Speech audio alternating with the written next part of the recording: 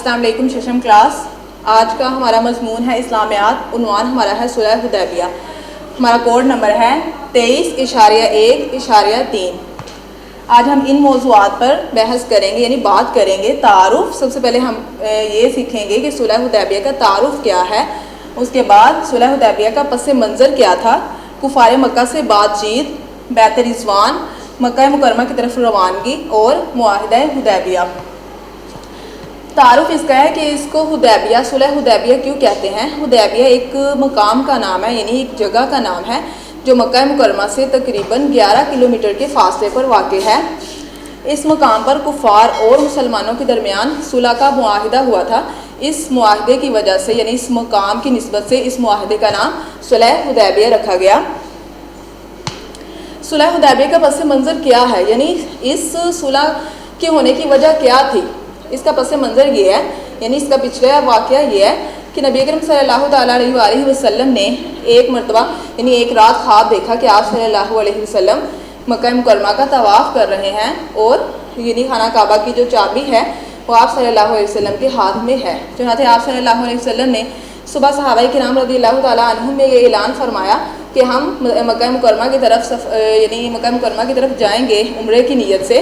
تو جو بھی صحابی نبی کریم صلی اللہ تعالیٰ علیہ وآلہ وسلم کے ساتھ جانا چاہے تو وہ سفر کی تیاری کر لے. تو صحابہ کرام رضی اللہ تعالیٰ عنہم نے جب یہ خبر سنی تو وہ بہت زیادہ خوش ہوئے، کیونکہ ایک عرصے کے بعد ان کو مکہ مکرمہ کی طرف جانے کا یعنی موقع مل رہا تھا. یہ وہ حالات تھے، واقعات تھے جب مسلمانوں اور کفار کے درمیان بہت زیادہ یعنی لڑائی کا دور تھا. اس ہجرت مدینہ کے بعد مسلمانوں اور کفار میں غزوہ بدر ہوئی، اس کے بعد غزوہ احد ہوئی، غزوہ خندق ہوئی جس کو غزوہ احزاب بھی کہتے ہیں. تو ان حالات میں مسلمان مکہ مکرمہ کو بہت زیادہ یاد کرتے تھے، اپنے وطن کو، یعنی جہاں پر ان کے آباء و اجداد تھے، جہاں پر ان کی رہائش تھی پہلے. تو وہ اس زمین کو، اس مکہ کو بہت یاد کرتے تھے. وہاں پر اللہ تعالیٰ کا گھر تھا. سب سے بڑی بات یہ تھی ان کے لیے اس جگہ کو چھوڑنا بہت مشکل تھا، لیکن صرف اس وجہ سے کہ ان کو اللہ تعالیٰ کا حکم تھا، اس لیے انہوں نے مکہ مکرمہ کو چھوڑا تھا. تو اب ان کے لیے ایک موقع تھا کہ وہ عمرہ کی ادائیگی کر سکتے تھے. چنانچہ مسلمان بہت زیادہ جوش و خروش میں مکہ مکرمہ کی طرف روانگی کا سفر یعنی تیاری کرنے لگے. تو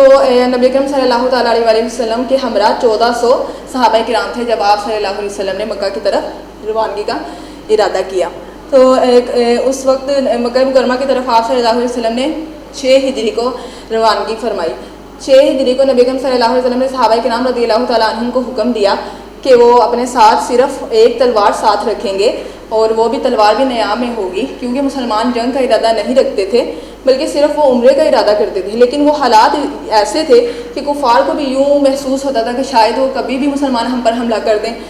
اور مسلمانوں کو بھی یہی ڈر تھا کہ یعنی قریش ہم پر حملہ کر دیں گے. لیکن یہ وہ وقت تھا کہ آپ صلی اللہ علیہ وسلم حملے کی یعنی ارادے سے نہیں تھے، اور اس کا ثبوت یہ تھا کہ آپ صلی اللہ علیہ وسلم بغیر اسلحے کے، بغیر ساز و سامان کے، صرف اور صرف ایک تلوار کے ساتھ، وہ بھی اپنی حفاظت کے لیے وہ تلوار ساتھ رکھنا ضروری تھا سب کے لیے. اس لیے آپ صلی اللہ علیہ وسلم نے وہ تلوار رکھنے کی اجازت دی، وہ بھی نیام میں، یعنی ایک خول، تلوار کا ایک خول، اس کا ایک کور تھا جس کے اندر تلوار کو یعنی رکھا گیا تھا. تو نبی کریم صلی اللہ علیہ وسلم نے ذوالحلیفہ کے مقام پر پڑاؤ کیا. یہ مدینہ منورہ سے کچھ فاصلے پر تھا. وہاں پر عرب کے دستور کے مطابق آپ صلی اللہ علیہ وسلم نے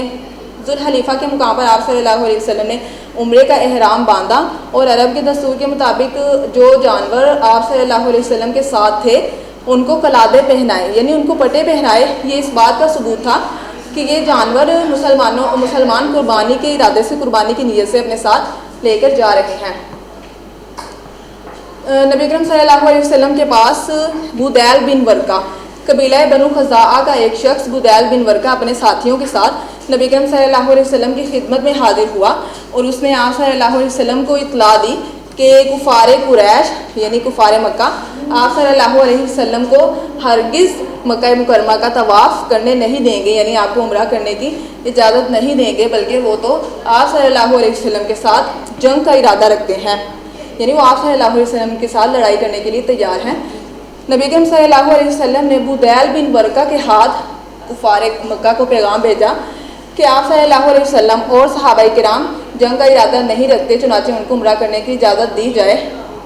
آپ صلی اللہ علیہ وسلم نے حالات سے باخبر ہونے کے لیے حضرت عثمان رضی اللہ تعالیٰ عنہ کو سفیر بنا کر یعنی بات چیت کرنے کے لیے کفار مکہ کی طرف روانہ فرمایا۔ حضرت عثمان رضی اللہ تعالیٰ عنہ ایک معزز شخصیت تھے اور کفار مکہ ان کا بہت زیادہ احترام کرتے تھے۔ تو حضرت عثمان رضی اللہ تعالیٰ عنہ نے جب مکہ مکرمہ جا کر کفار کو اطلاع دی، یعنی سارے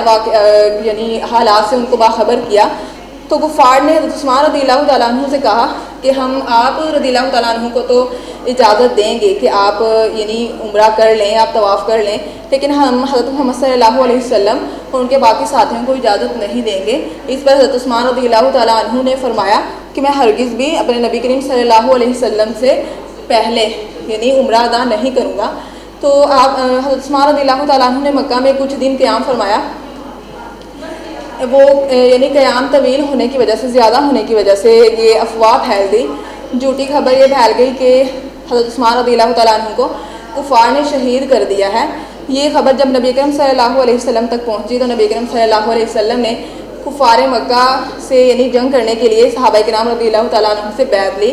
آپ صلی اللہ علیہ وسلم نے صحابہ کرام رضی اللہ تعالیٰ عنہ سے اس بات پر بیعت لی کہ ہم اس وقت تک واپس نہیں جائیں گے جب تک حضرت عثمان رضی اللہ تعالیٰ عنہ کے خون کا بدلہ نہ لے لیں۔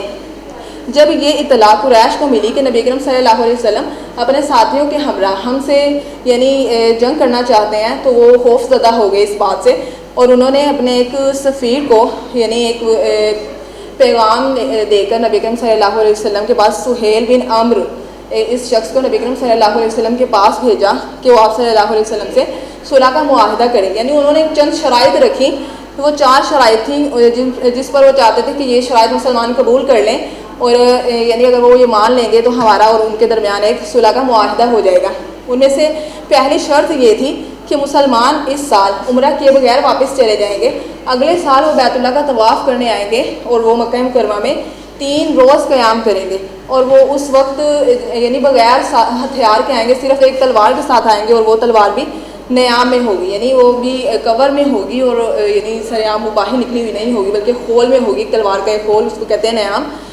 دوسری شرط یہ تھی کہ کفار قریش یعنی کفار میں اور مسلمانوں میں 10 سال کا معاہدہ ہوگا جنگ بندی کا، یعنی وہ جنگ نہیں کریں گے۔ جیسے میں نے آپ کو پہلے بھی بتایا تھا کہ یہ جنگ کا دور تھا، یعنی ہر وقت مسلمان اور کفار آپس میں یہ خطرہ رہتا تھا کہ دشمن ایک دوسرے پر حملہ کرنے والے ہیں، تو کفار نے یہ شرط رکھی کہ اب مسلمان اور کفار کے درمیان 10 سال تک کوئی بھی جنگ نہیں ہوگی۔ تیسری شرط انہوں نے یہ رکھی کہ مسلمان یعنی جو کفار عرب جو عرب کے قبائل ہیں، ارد گرد کے قبائل مدینہ منورہ کے اور قریش کے یا مکہ کے ارد گرد جو قبائل ہیں، جیسے قبیلہ بنو بکر، قبیلہ بنو تغلب، قبیلہ بنو خزاعہ وغیرہ، یہ جو قبائل ہیں، ان میں سے جو مسلمانوں کے ساتھ صلح کا معاہدہ کرنا چاہتا ہے، جو مسلمانوں کی سائڈ پہ جانا چاہتا ہے وہ مسلمانوں کی سائڈ پہ چلا جائے، اور جو کفار کے ساتھ رہنا چاہتا ہے وہ کفار کے ساتھ یعنی معاہدہ کر لے۔ اور ایک شرط یہ رکھی انہوں نے کہ مسلمانوں میں سے جو شخص مدینہ چھوڑ کر مکہ واپس جانا چاہے گا تو مکہ والے اس کو واپس نہیں کریں گے، یعنی مدینہ چھوڑ کر جو مکہ واپس جائے گا تو اہل مکہ اس کو واپس نہیں کریں گے، بلکہ وہ وہاں پر ہی رہیں گے، اور یعنی مسلمان بھی اس کو واپس نہیں لا سکیں گے وہاں سے۔